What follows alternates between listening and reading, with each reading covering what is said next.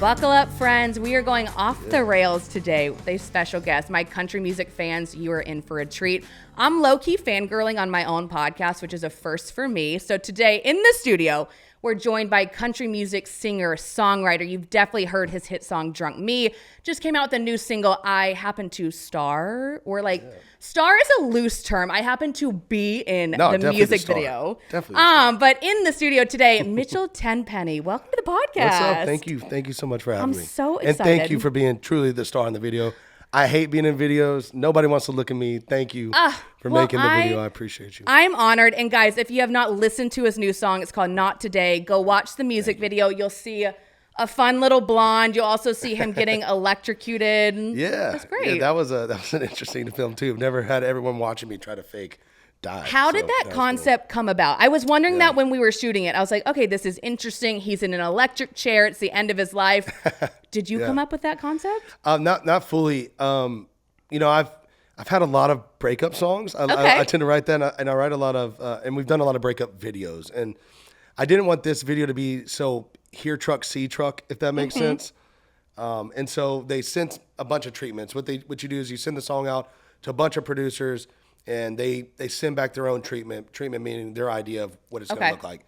So we read through them, and the only one that super intrigued me was an electric chair. Me. I was like, there's an electric chair. Put me in a chair. But it was all this breakup kind of thing, when to me I wanted it to be more like, I was like, what if it's not necessarily about a breakup, but about the guy gets, wrongfully accused, he's on death row, and instead of realizing what he's lost because it's his fault or it's a breakup, he's like looking back on what's great, what's right here. And it's like, in the same thing, it's like it's reminiscing. So it's not necessarily about a breakup, but you're still reminiscing on what you're about to lose. Yeah. And are they going to go through with it? Are they going to end up killing this innocent man? And something about that just intrigued me. Yeah. My wife loves, murder docs and stuff. So I've been watching tons of those, or wrongfully accused documentaries. And so I'm with her. Kind of just playing with that, It was so fun. What was your favorite part of shooting the music video? I know it's like a long day and like a little aggressive shooting schedule, but what was like your favorite part? I don't know. I mean, I think personally probably the electric chair. That was just fun. We were in this warehouse. The lights were really cool.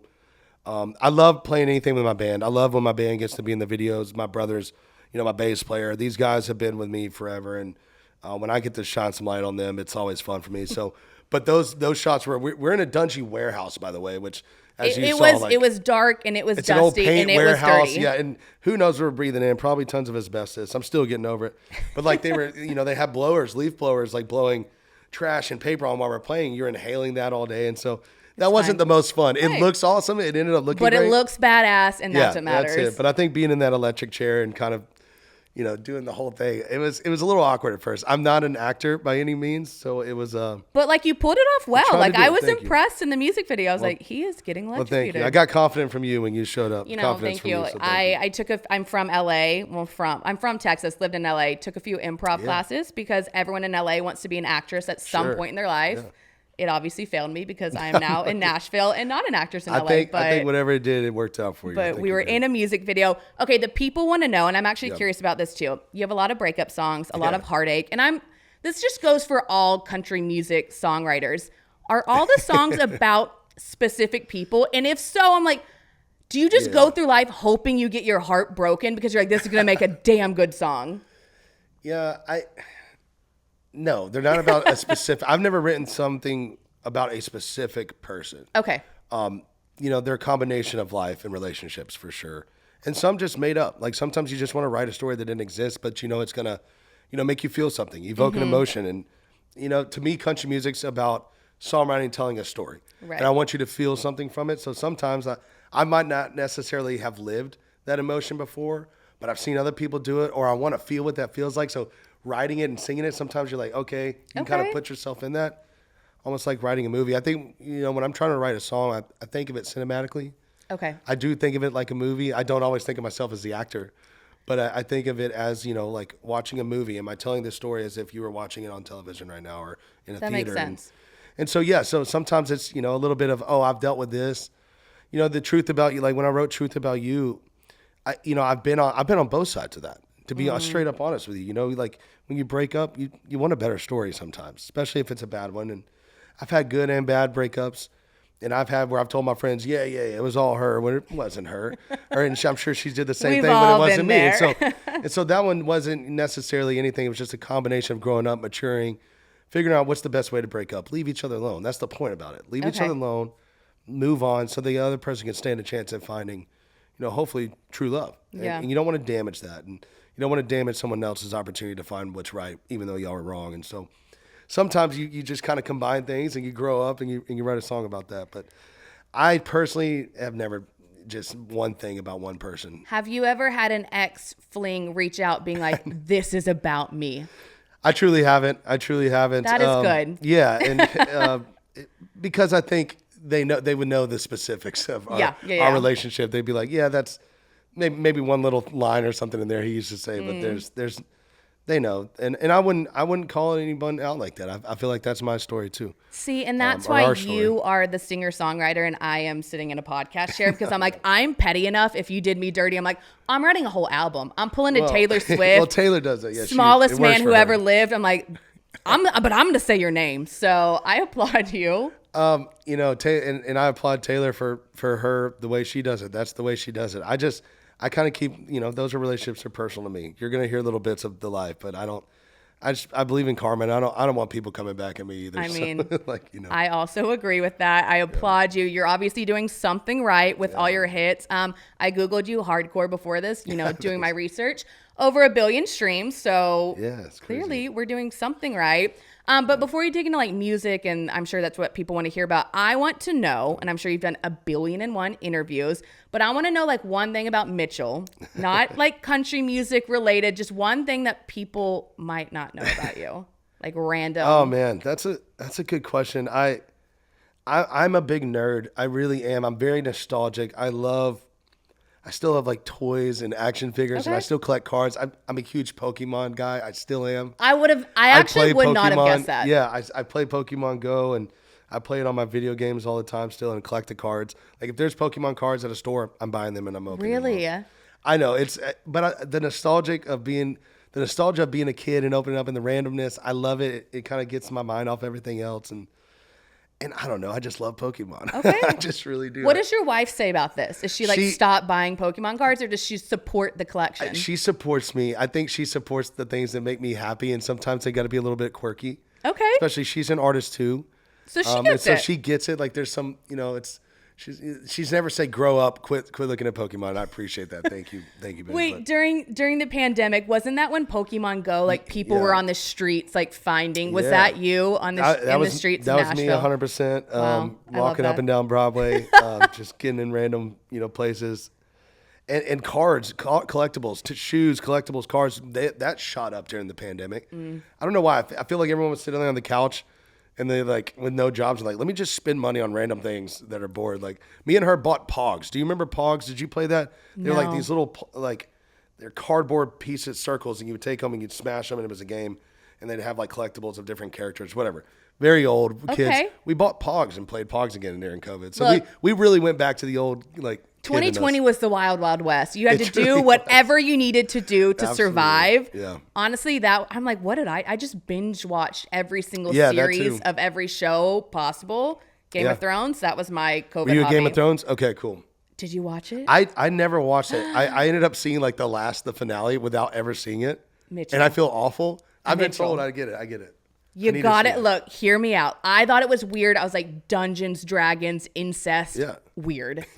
Sounds awesome. Just start from Sounds like season one in all your ample free time when you're touring. You have so much time on your hands. Yeah. Just binge watch Game of Thrones. I need to do it. My wife watched it and all my friends did. So it's something that needs to happen. It's on the list for sure. Watch it and then report back to me after the end. I need to know your thoughts. Well, I guess you already know the ending, but like once you I've rewatch already forgot it. That's the thing. Like I can be spoiled and still get into the movie. Okay. Like if the movie's good enough and the acting's good, like I'll get lost again and forget I knew anything. Okay, well, you've got like 10 seasons and 10,000 hours to go through. So we spend a lot of time on the bus. There you go. Chill, so now you have a hobby. Speaking of touring, the podcast is called Off the Rails. I try and get people to just tell me the unhinged shit that they do. Yeah.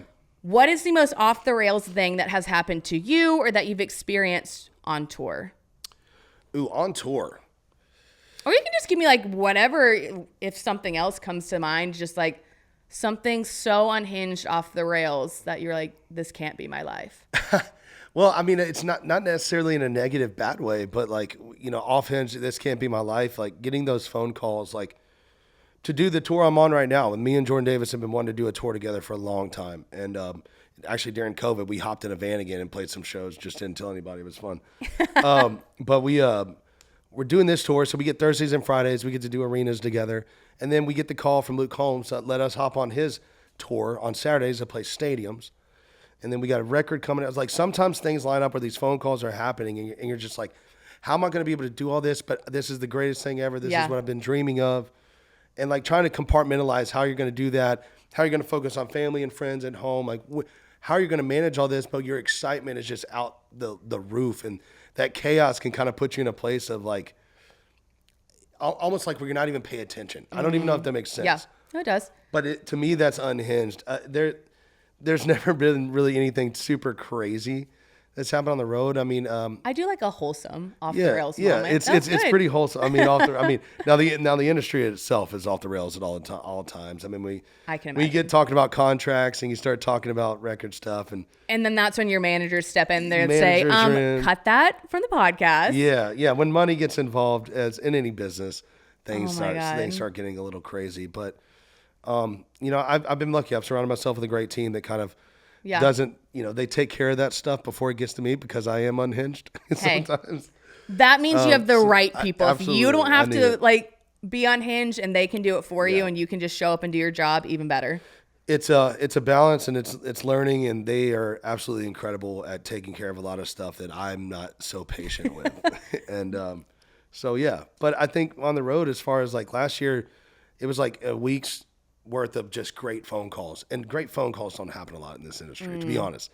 It's easy to say, looking on Instagram or TikTok. It's like, but no, that's a very honed in, focused part of everything else going on. And so getting those phone calls, getting that, confidence back, that energy to go do it again, oh my God, this is why I do it. Oh, all the no's is for this.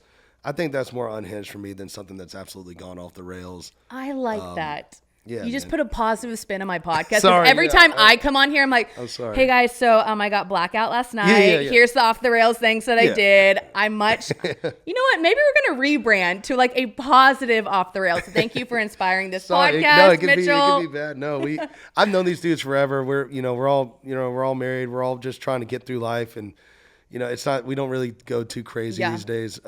But yeah, I mean, let's do like this. So that's the pro. Obviously, we had good phone calls. Because I can imagine there's pros and cons to being on tour, being on a bus. I'm sure, look online, it's glamorous on Instagram. You see all the cool shit. What's like the con that people don't know about being on a tour bus? I mean, you're living in close quarters with, in my case, a bunch of dudes.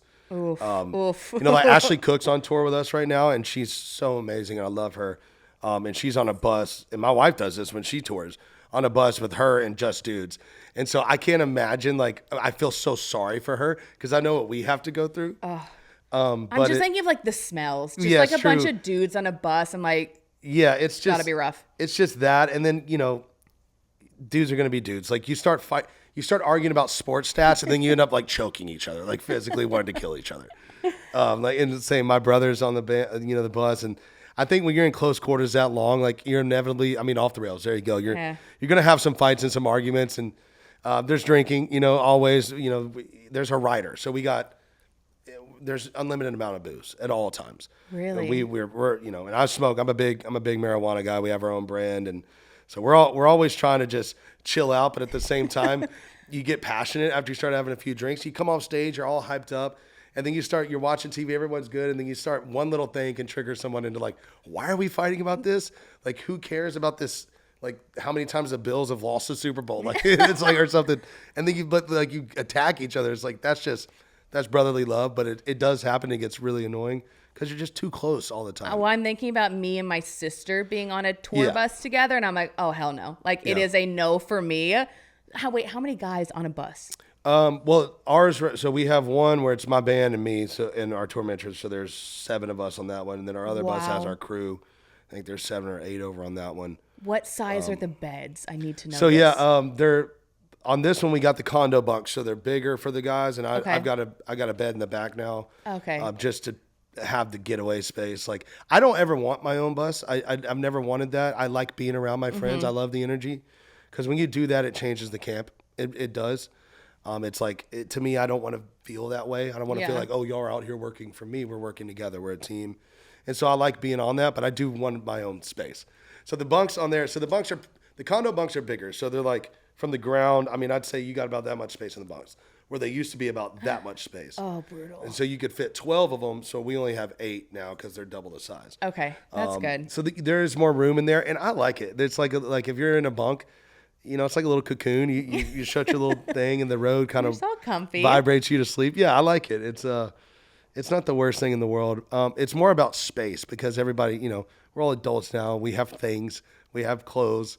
I can't imagine a girl band touring No. together with all as much as y'all have to do. I'm with thinking makeup about how and much stuff, I bring just to travel with me. Yeah. Like, I'm not a carry-on girly. I'm a full-size, Sure, 2 yeah. suitcases. I'm like, And I get it. Like that's your thing. And like my wife does the same thing. And I'm like, I can't imagine y'all having you don't have the space. the makeup Space and the is a- hair yeah. products and the And curling I'm sure irons. y'all get sharing stuff by accident, or stuff to get stolen, and then it's over. I mean, that happens, but with like socks and underwear with us. So it's like much different, easier. yeah. I'd But actually it's still, prefer you're to like, be a "Give dude that on back." Yeah. on a tour bus. So yeah, I can't imagine like an all girl group going out. That would be that'd be even tougher. Brutal. Well, okay, speaking of shows and drinking alcohol, I'm just Yeah. curious. I always look at the country singers and they have the red Solo cups. Is there actually booze in it? The Yeah. people need to know. It's really. Yeah, You're not absolutely. faking us out and being like, No. I'm hydrating actually on stage. I mean, there's been shows where I've had to do that, Yeah. where your voice is gone and you just can't have it anymore. And to, as you get older, I don't drink as much on the road because of my voice. It does dehydrate you. It is what it is. Shocking. So if like your whole job is having to sing, like you got to look at that. But yeah, I mean, every show we'll come out and take a shot. Luke Combs always has his in his hand. There's some whiskey in there. I mean, I think it does help calm the nerves and keep keep the energy going. Having a little buzz, there's nothing wrong with that on Beer or stage. whiskey in your Solo cup? Oh, I'm not a beer guy. I'll have a beer every now and then. It's tequila for me. Always tequila for me. Wow. Straight tequila. You just became you were already a favorite for me. Where's now, the tequila? Well, we should be drinking tequila It's right now. 1:30 on a Tuesday. That's a Nashville time to drink. It is also in Nashville. I'm like, we could also go down to Broadway and there's full bachelorette parties on a Absolutely. Tuesday. Yeah. Damn, next time. Yeah, but tequila for me for sure. Okay. It's like kind of an upper, but and so like to me, like I love whiskey. If I'm at home chilling, watching a movie, watching Game of Thrones, obviously, I would like to sip on a bourbon. That's kind of what I do. See, I feel like whiskey would just like chill me out. I'm like, give me a tequila shot. Exactly. Tequila's like, okay, I'm ready to go. On stage, you take one. You get that, I don't know if it's endorphins. What is the science? I don't know. But Whatever that thing tequila does to your body. It come right here, and then you're like, oh, now I get to talk to the crowd. And I feel a little bit more, open and more vulnerable. And Yeah. like, I think, and it sucks to say that, alcohol helps with that. But I think there's other way, but it fucking does. Like, definitely it just does. does. And like, and so that in moderation always works. I think you can't be, if you're too drunk or I drink too much, I'll forget lyrics. Well, that's what I had a follow-up question. I Yeah. had to know because I'm thinking of myself. I can't memorize 2 sentences to save my life. Same. Have you ever been on stage and been like, oh shit, I forgot the lyrics? all the time. Really? Yeah, knock on wood. It hasn't happened this Knock on tour. wood. But yeah, there'll be drunk me. Like I've sung that song thousands of times, and like I got to the second verse one time last year, and I was just like, I don't know this song. It's like I've never heard it in my life. And so I saw one girl singing it in the front row, that first lip. And that's all I needed to start it. But I was like, oh my God, I'm like panicked, full on panic mode, and that happens. Yeah, Dierks Bentley had me and Hardy. We were doing the waste management show this year, and Hardy and him and Breland had us on together, and Dierks asked me to do Breland's rap part. And no offense, I just never learned that part or heard that part. And so this is like a couple hours before the show, and I'm like listening to it, and I'm like, oh, I think I got it. I get up on stage, gone, nothing there. And I was like, I saw him freestyling about where I'm at, and I just started like, I'm like, this is terrible. Them. And I wrote it all down on my arm, like too. And I'm kind of looking at it. I'm just so off. And Dierks comes and grabs and looks at my arm on stage. He's like, what are you doing? And I'm like, bro, I'm sorry. I just completely forgot. And Hardy's laugh. It ended up being one of those moments that was more endearing than it was supposed to be great. Yeah. So you kind of own the fact that you just fucked up. But And I learned that from Luke Bryan, by the way. Luke Bryan would take me out on stage and just hand me a guitar, and we had no idea what we were doing. We were going to play. He'd be on a piano, and this would go 15 minutes, maybe 20, maybe 5, whatever he wanted that night. He would just start playing stuff, and I'd go, and he didn't even know all the chords. He would just have fun, and we're just messing around, and I just felt like I want to be so prepared when I'm on stage. Like, that's just how I think. Oh, type A girl right here. Same. I feel you. And he told me right after, it just felt like we bombed. The crowd was loving it. They were laughing. They think that stuff's funny. Like, he'll hit a wrong chord and be like, did you hear that fucking note? Wrong note. It's like, just like him. But they love it. They think it's so funny. And I'm just like, I'm feeling like we just bombed. And he just grabs me on stage and goes, hey, Mitchell, it doesn't fucking matter. And I was like, that's the best advice I've ever been given. It doesn't, man. As long as you're having fun, I think what I want to see when I'm seeing a show is genuine. I want to see real, authentic, and that's as authentic as it gets. And so I've learned a lot of lessons through that as well. Okay, so Luke Bryan gave you your improv lessons. Absolutely, there you go. We've both done it. Yeah, absolutely. Yeah, that was it. Thank you, I do think that makes for the best show. I saw Luke at Stagecoach, and out of all the artists, like, one, he just has bangers for songs. Yeah, I mean, hit after hit for sure. But it just wasn't rehearsed. Like, he literally came out, again, red Solo cup. Now I know it's probably not water. Thank you for telling me that, because I was like, these frauds out here, they're not fooling us. But he put on the best show, was like joking, laughing. And that was what me and my friends remembered from the whole entire weekend. I don't even remember the other people, honestly. I just remember seeing him. I was also really drunk, but I remember seeing Luke Bryan, and it was that's so awesome. Freaking good. It doesn't fucking matter. There you go. Hey, if you take anything from this podcast, Luke Bryan said it best. It doesn't fucking matter. Doesn't fucking matter. Take that with you. Put that on a T-shirt, actually. There you go. Thanks, there's your next merch line. You're welcome. I'll take a cut of that. Let's do that. Yeah. Speaking of shows and all that, the people really wanted to know, I'm sure you get a lot of fan interactions. Like, are there any specific ones? You meet a ton of people on the road that you're like, I remember that from this show, this person. Do you remember interactions, or it's just too much of a blur? Yeah, that's how I connect the dots. I don't remember where we're at or what the places are called, but little moments. Like my guitar player's got that brain. One of my guitar players where he's like, remembers everything, everywhere we've traveled, everything. And I'll be like, where did we play in this town somewhere? And be like, oh yeah, that was the one where that girl and that girl got into a fight, and that big dude came over and split them up. And I'm like, and then everything comes back. Oh, I remember that night. She threw a beer right on his head, and then he got mad and backed her up, and then the whole show. I was like, okay, now everything comes flooding back. So yeah, there's like little moments, and yeah, there's people that have been so good to us that have come. Last weekend, we had a girl, and I love her. She's amazing. I'm not going to call her out by her name on this, but been to 100 shows. Damn. It was her 90th. This will be her 100th coming up. It was like her 98th. That's legit. And it's like, that's thank you so much. She always jokes saying, my husband's going to get her, make me get a restraining order and all this, but she's not crazy. She's not crazy like that. She's just genuine, enjoys it. Yeah. And I love that. And that's so special. And we've developed some friendships.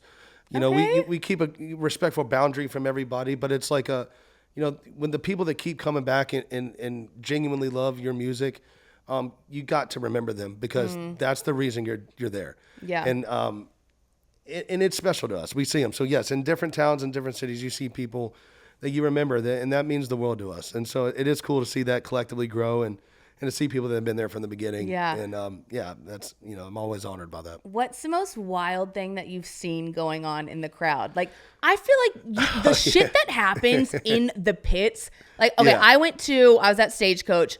Look, your fans, I'm sure, are lovely. You're lovely. I'm a fan of Morgan Wallen. Morgan Wallen fans are, I'm sorry, I'm just going to say it, they're batshit crazy. Yeah.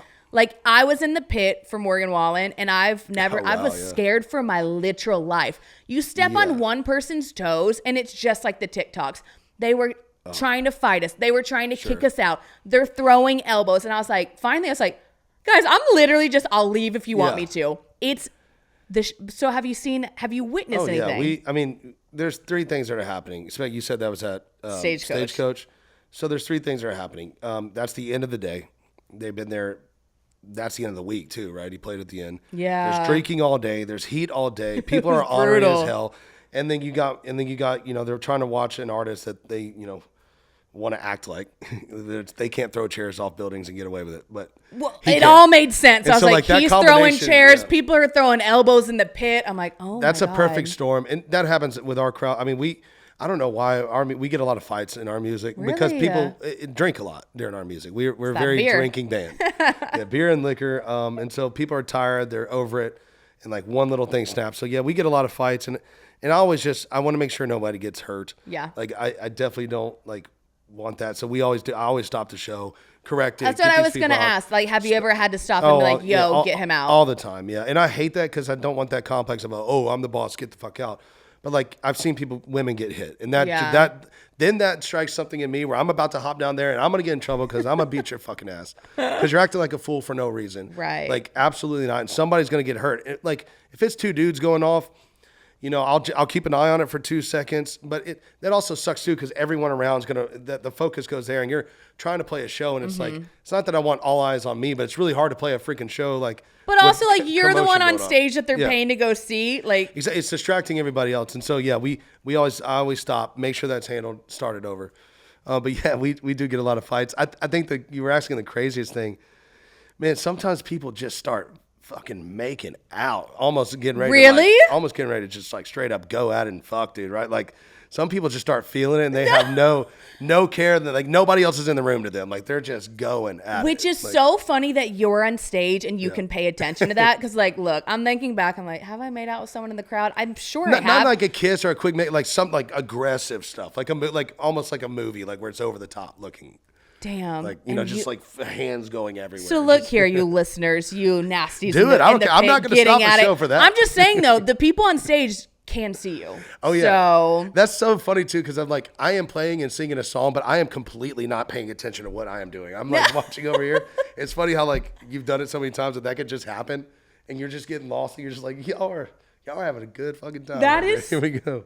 Wow. Next time I see you on stage and you're just like kind of looking off in a corner with a look in your eye, I'm like, he's looking at some people making out now. Yeah. And yeah, people get married a lot too. They get engaged, which is always cool. Oh, see, I love that. And those are always special moments. I always make sure I see that and try to give, then after the song, congratulations. Like if someone chooses your song to get engaged to, I'm always honored by that. What would be like, so cool. out of all the songs that you have, the one that people would get engaged to the most? We have a song that it's called Somebody's Got Me, and the chorus like, somebody's got me all fucked up, like I'm 3 drinks in. And it just kind of, that one does a lot. And they'll request it for that. It's really cool, man. It's one of those things you're writing in a little room and you never know what's going to happen with a song, and to see people base that moment, epic moment on their life off something you wrote is I'm truly honored by that. Always blessed. How much would you have to be paid to perform at someone's wedding? People ask, that's a tough, because first off, we're never on weekends. We're never off weekends. So just to make sense, it has to be something crazy. But also like our days off are precious to me, to be with my family and my wife, and to get to spend time at home to reset.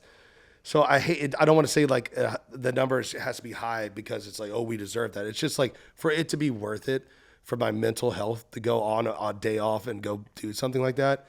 Yeah, they have to be. Especially for like a crowd of people that you don't really know. Like, look, every wedding is beautiful, but for you to show up and be like, it's an intimate setting. You're like, hey guys. And you don't know that family or that couple at all. I mean, I've done them for friends' weddings and stuff, which is fine. It's like, but then you're always sweating. You're like, I just want to drink the whole day, man. Like, I don't want to mess up your moment. Like, I'm like, I'm happy and I'm honored, but like, so then you're not drinking until you make sure you nail it, and then after that you're just catching up, and then you black out faster than everybody. Wow. The woe is me of the wedding singer. Been there, done that. But yeah, I think for me, and I'm always honored when you ask, but it's probably not going to happen. If we get a weekend off, I'm going to spend it with my family. Fair. Okay. Well, Mitchell, I'm nowhere near getting married at all. Like not even, but we're friends. Not even close. But we are friends. We're friends. So. Yeah. Well, you now gave me the favor by becoming on this podcast. As long as it's not a dry wedding too. That's also like, I'm not singing at your dry wedding. It's just not going to happen. I already told my dad. Well, my dad's like, you've waited too long. Your wedding fund is gone. I'm like, I'm 30. Yeah, you're perfectly fine. Literally the last time me and my sister were home, he's like, hey guys, I have bad news. Like, so we had saved some stuff for you, but like me and your mom are going to spend it now. So yeah. I mean, I did have a budget for an open bar, and now I have no budget for a wedding. But I'm going to tell my dad, I'm like, look, Mitchell said he'll come to the wedding if you pay for it. So maybe that'll help him out. I don't know. That would be fun. You know what? Good for him. Like, use your money. I'm sorry. Mitchell, no, I know you could have a smaller intimate. I don't know. No, do not defend my father right now. Are you a big, have you always dreamed of the big wedding? The whole, nothing wrong with that. We had that. I'm just wondering. It's changed as I hit 30. It is really weird. I used to want like this black tie affair, this big wedding with like the whole shebang. And now I look at my life and I don't want all the random people there. I'm like, I think I have like 10 friends. And I'm like, that's kind of all I want. I want a overseas wedding. Like a destination wedding. So you want a destination wedding. So even that, so you're going to have to keep that small anyway. So yeah, look, keep the riffraff out. I would say that with ours, you know, it was just better to keep it honed. I mean, we still had like 100 people, but we started at like 350, and I was like, no, this is ridiculous. And we're like, why do we want this here? And also, like, asking a lot of people to come to your wedding is also a thing for me. It's like, hey, come celebrate me. I don't like that. So it's got to be people that I truly love and care about, and that I know would want to be there for that moment. Right. And so, like, same thing. You like, and that hit at 32. I dreamed of a big wedding too as growing up. I know it's weird. Probably not to the extent that maybe you did. I was like 500 people minimum. But when I got to 30, I was like, man, we're just not like that. The girl that I met, that I fell in love with for the rest of my life, our chemistry together wasn't the big wedding chemistry. If I'd have met somebody else and it worked out, maybe it could have been a different thing. But our chemistry together wasn't that. I think it depends on the person. Let's talk about romance in your wife, because I got to see her perform when I saw you. What was that, a couple months ago? She's beautiful, so good. I read online that you guys met in a bar in Nashville. Is that true? Losers, baby. Yeah. Do you know how many people I know that have met their significant other in that damn bar? It's a cliche, and it's a good one, and I loved it. She walked in wearing camo. My buddy Dallas Wilson, he's one of my best friends. He's a big songwriter in town, and we've grown up together. And it was his birthday, and I showed up there to hang for his birthday. And my wife was actually, I never met her before, or she says I did. I don't remember. But that's Losers anyway. I don't remember many nights there. But she had been coming. Her friend was coming over there, and she was going to see she was dating this guy, and she needed a wing woman.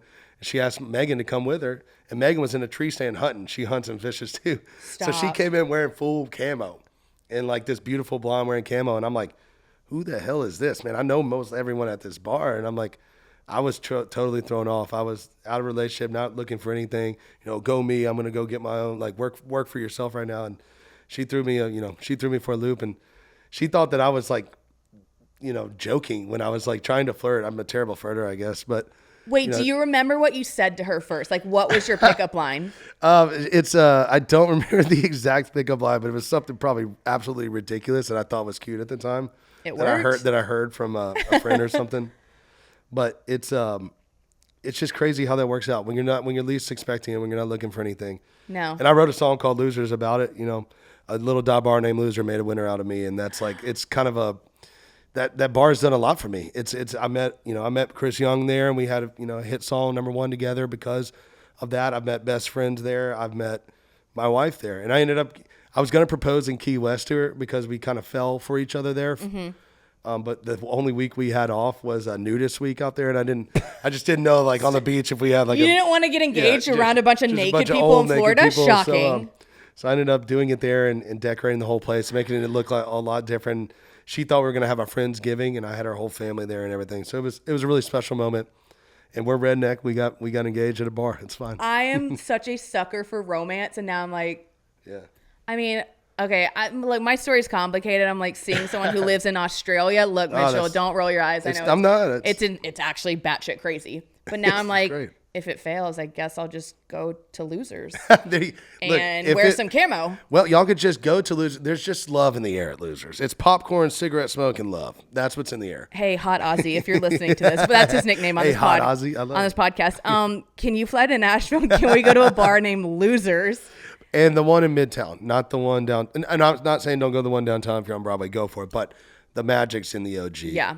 That's right there. What's your thoughts on Broadway?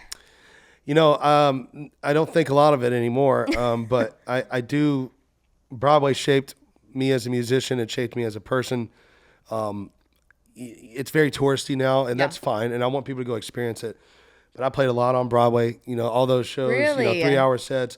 There's a bar called Paradise Park there. I think think it's Garth Brooks Bar now, but it's called the Trailer Park Paradise Park. And at AstroTurf, there was a band set up there, and there was this car, this marquee sign you could change. The beer was $6, and that's where you would just go as a local. You could go to Broadway and just drink cheap when you had no money at all, and just meet people that was in that, in your industry.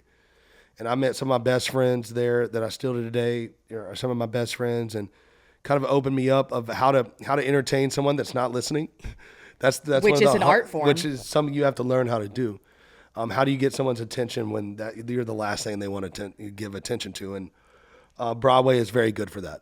And there's some of the best musicians in the world are down there. So I still love the history and legacy of it. And growing up in Nashville, it was not this cool.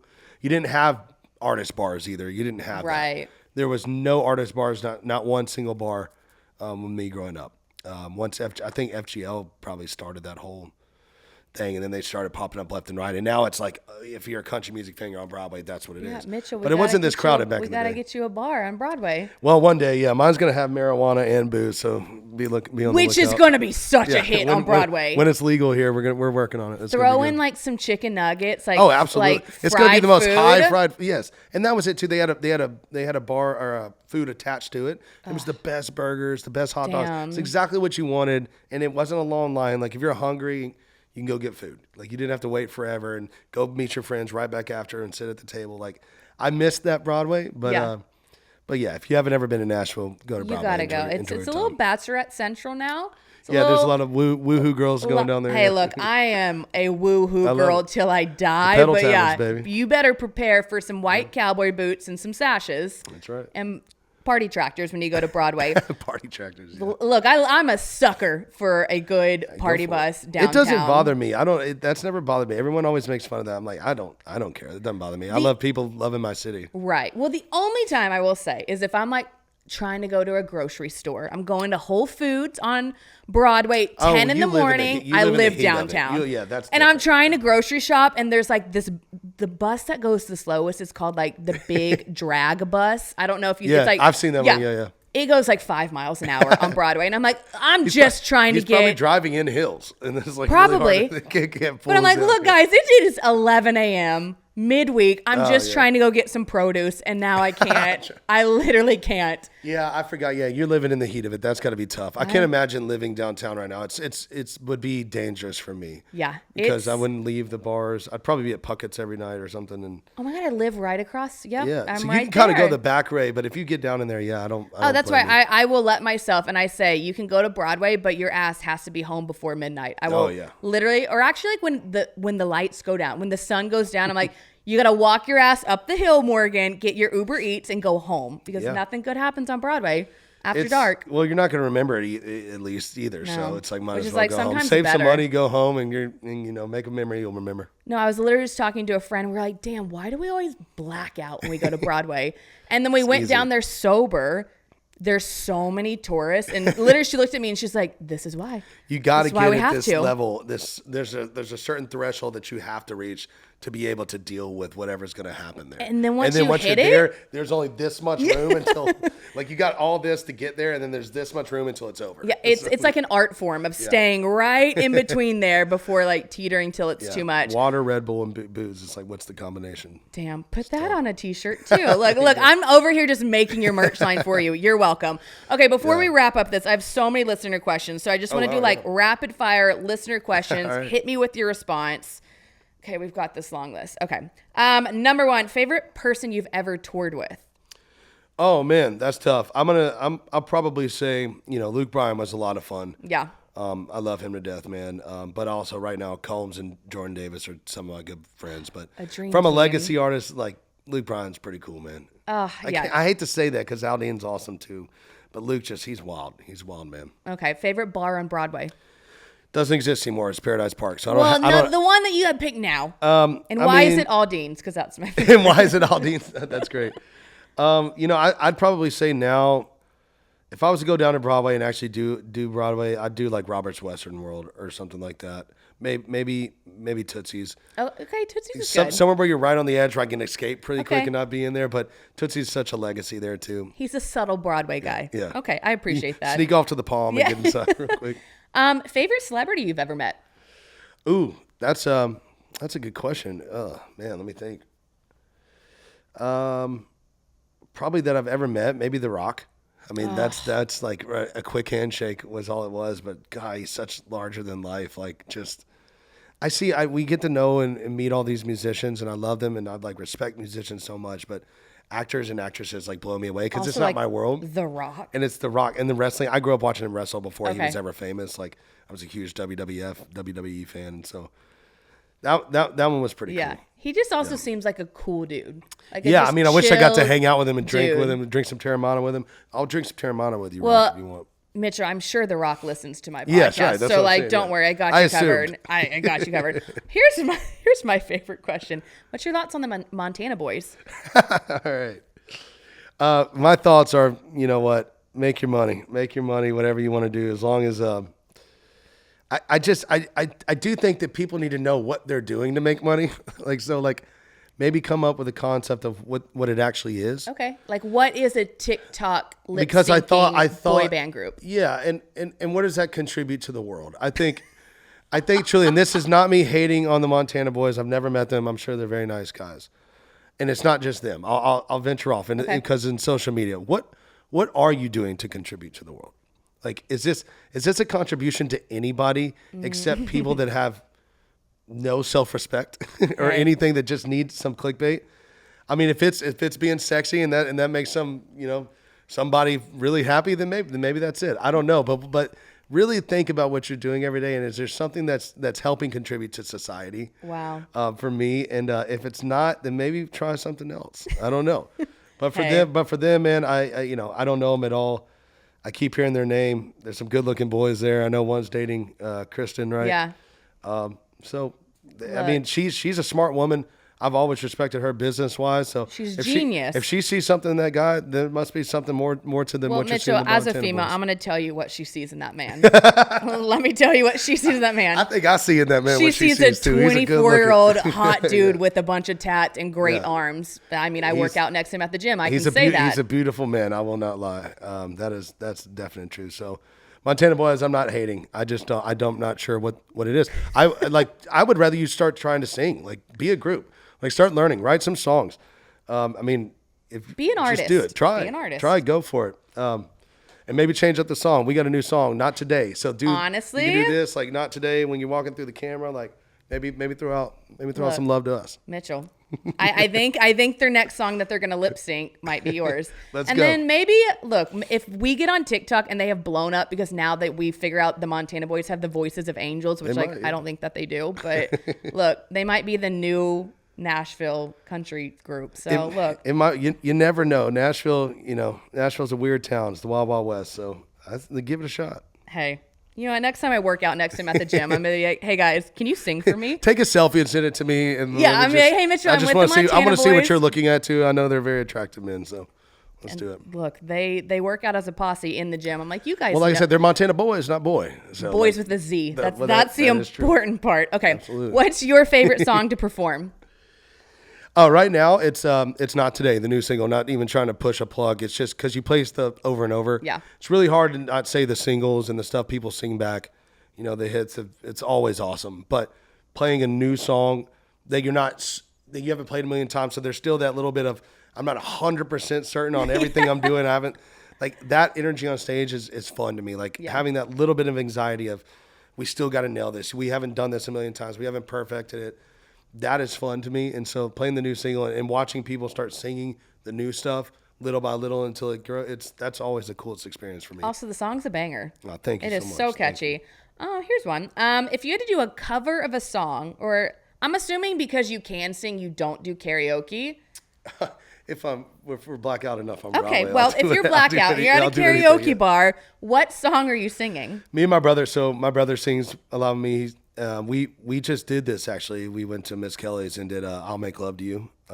I'll make love to you, and he does that high harmony like you want me to. And See, I'm just annoyed like, that you can sing. It's oh, just no, really frustrating. It's just fun. Well, it's more funny like because we're two big boys, just like and we try to get into some kind of lock in a groove and. That's always funny. I do that one a lot, and then Red Dirt Road, man. Red Dirt Road, Brooks and Dunn's always a go-to for me. Fire. Oh my Trying to God. do the Ronnie Dunn. I was raised off of Route 3. Point. Mitchell, Like, please. he's the best voice on the planet. So all I want for you, look, if you want your socials, I'll be your new social girl. I'm good at Instagram. Please. One, you need to post you and your brother singing that song. Red Dirt Road? Well, no, I'll make love to you. Okay, that one fire. And then also you need to cover Red Dirt Road because it's one of my favorite freaking songs. Yeah, and I'll just die happy. Okay, that's a great idea. See, I don't know what I'm doing. Thank you. I truly don't. You. I'm lost, and I just need all the help I can get. I got you. What's your Taco Bell order? Ooh, yeah, that's easy. 3 soft shell tacos, no lettuce, and a cheesy gordita crunch, large Baja Blast. That was quick. Easy. He knows that Taco Bell order. Oh, it's easy. Yeah. What a Baja Blast. I've never gotten on board with that one. But man, how have you? Okay, I get it. It's bright blue. It is. I'm sorry. I look at it. I'm like, this is neon blue. It is. It's weird. Yeah. But and you know what? It makes you feel neon blue inside. But when it's hitting your tongue, it makes you just feel like you can do anything. It's a great hangover food. It's fine. Yeah. What artist would you be like dreaming to collab with? Yeah, John Mayer, Ed Sheeran, Katy Perry for me, but John Mayer for me probably was my ultimate. It is weird, I can't say it right now, but one of my dream country acts I just recorded with and got to do a song with that's coming out. And so that was one of a pinch me moment, getting to actually live out one of those. But outside the country world, John Mayer has always been my man crush, man. So good. Him. Also, Ed, I don't know, you and Ed Sheeran, I feel like Ed Sheeran put out too. A banger song. He's right there. I mean, and I'm sorry, I'm a massive Katy Perry fan. I just love her melodies. I would love to do something with Katy Perry one day. Katie? Yeah, come on, also Katie. Probably Luke, not listening to this podcast. Talk to Katie. Oh! Luke Combs, talk to Ed, and I don't know anyone that knows John Mayer, so maybe we can figure that out. Well, speaking of my next question, this girl knows John Mayer real well. Taylor Swift. Oh, yeah. Oh, no, not me. I was like, what, by all means? Yeah, let me slide into John Mayer's DMs for you real quick. Taylor Swift. What's your favorite Taylor Swift song? Man, it's gonna be coming back. It's her very first one. I loved Tim McGraw. I truly. So I'm born and raised in this town. I grew up in the industry. My grandmother was a publisher. She ran Sony Publishing for years, 30 years. And so when she was coming to town, she was coming to my grandmother's office. And I was hearing demos and stuff of Taylor Swift before she was starting. And I'm playing a little guitar, I'm playing in bands, but I played football. Like, I thought I was going to do that. But I was always had my eye on what the industry was doing. And this girl came in with all this spunk and charisma. And, it's no secret. I mean, she couldn't sing, but she had this. Wait, really? I mean, she had this thing about her, man. That as the same age, we're the same age, we're both 1989. I was really like, this is cool, man. This girl's coming in here doing her thing, and it kind of inspired me, and watched a lot of what she was doing. And then I heard her write a song. I think she was writing with like Liz Rose and some big writers at the time that I was always like, man, one day I hope to get to write with these. And these songs were coming out, and I thought the concept of writing about an artist that is currently the biggest artist, like normally you throw like Merle or Wayne or Waylon. It's like she came out with her first, I believe it was her first song, right? I think Tim McGraw, and singing about a guy that's literally the head of country music at that time. And I was like, that's really cool because she's relating to right now. And that kind of writing wasn't happening yet. Interesting. And she just kind of, I don't know, because she didn't know what she was doing. And that's the best combination. Yeah. And so Taylor, that song for me kind of changed the way I wanted to write. I was like, why am I writing with all these rules? Like, I should just write songs about what's happening right now. And that song for me kind of did that. When you think Tim McGraw, I hope you think of me. Like, yeah, not when you hear that Waylon song, like I'm saying, it was like when you think Tim McGraw, the guy that like you're literally hearing on the radio right now when you're making that moment that she's talking about. I thought that was so cool. I really did. That is one wild. I would have never guessed that you witnessed Taylor Swift in her younger years, and then she inspired you. Now I'm curious. You witnessed her kind of starting off. Did you think that she would back then explode to now the billionaire, famous human superhero that she is? Well, no, I mean, she's the biggest thing in the world. I mean, you could even imagine being, oh yeah, she's going to be a superstar. You could imagine whatever. I just thought she would work. I knew she would. But I didn't know how. I didn't know like what that was going to look like. But no one could ever predict this. This is an anomaly that is completely unheard of. Wild. There's nothing like it. I mean, you got people that are selling, with multiple number ones that can't fill a room with the people she had outside of her stadium listening. like that don't even compare. Like people with hit songs that cannot sell a venue that like could fill out the people that didn't even have tickets inside. Like that is something that is absolutely astronomically huge. But I think it goes to show like the power of songwriting. Like I think people forget. Oh man, they're like, oh, well, I can sing, but like, can you write songs that really relate to people? And I mean, and backing up, she's an incredible singer now. I think she's amazing. But she was a kid; she didn't know anything, and so it's just weird voice. So I wasn't hating on her singing. I'm not that. Well, I mean, I do look. But I will say, like, I'm a big Swiftie. Do I think she's like Whitney Houston vocals? Yeah, it doesn't need to be. But I think again, her songwriting, and I actually just like watching TikTok it fit her on voice. This. It fit her voice, and she's always been able to adapt and change her voice to the song. Yeah. Which I've always thought that's what an artist does.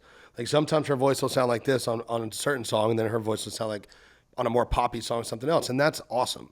I mean, that's a true artist, and she is. She's an incredible songwriter. This town, and I always believe it, and it's to this day, no matter how different things are, frustrating it gets, it starts with a song. It has to start with a song. It's got to start there. I don't care how much promotion you put behind her, whatever. It's got to start with a song, and she's a full, that is what she is. Yeah. She is a song. And Taylor Swift is amazing. Man. I'm such a Swiftie. Look, I know you went Ed Sheeran and John Mayer. Like, let's shoot for the stars, Mitchell. Well, I was trying to say, not that those are attainable either for me, but I was going to say, yeah, okay, Taylor, come on. Yeah. Thank you. She doesn't do Look, she's got to go back to her country roots at some point. Yeah. At some point, look, Beyonce did it. Miley's doing it. Sure. Look, Taylor will come back. Yeah, Taylor come back, and hopefully I'm at a point in my career where we'll get a chance to write together. That'd be awesome. I cannot wait for this to happen and me to be like, I have it on a podcast. That would be amazing. It happened you here. Never know. Oh my gosh, Mitchell, I could talk all day long, but I know you have like important country music things to do. Before we go, what's next for you? Anything you want to tell the people? Man, we got a lot coming up, and I'm so excited about it. Finishing this tour, we're out with Luke Holmes right now on Saturdays. Me and Jordan Davis, Ashley Cook, Thursday and Fridays. Look, come to a show, a town near you. But I've been in the studio. We just getting a record going. New single out, new video out, starring, and so just a lot of good stuff. And even planning into next year, those moments where I'm trying to just soak it in and enjoy it, and enjoy the ride. And so we're going to be everywhere. We're going to have a lot of new music coming out. So keep hanging out. Can't wait. Yeah, guys, go listen to the new song. It really is so good. I've gotten my whole family hooked on it. They're now really big fans. So, Mitchell, I can't wait to hear what's next for you. I can't wait for you to collab with Taylor Swift one day. That's so exciting. And yeah, thanks so much for coming on the podcast. You're the best. I had a blast. Thank you. All right. Bye, guys. We'll see you next week. Thanks so much for listening to Off the Rails podcast. It's been real, it's been unhinged, and I'll see everyone next week. In the meantime, do all the podcast things, like, listen, leave a 5-star review, and catch up with me on socials at Off the Rails with Morgan. Bye.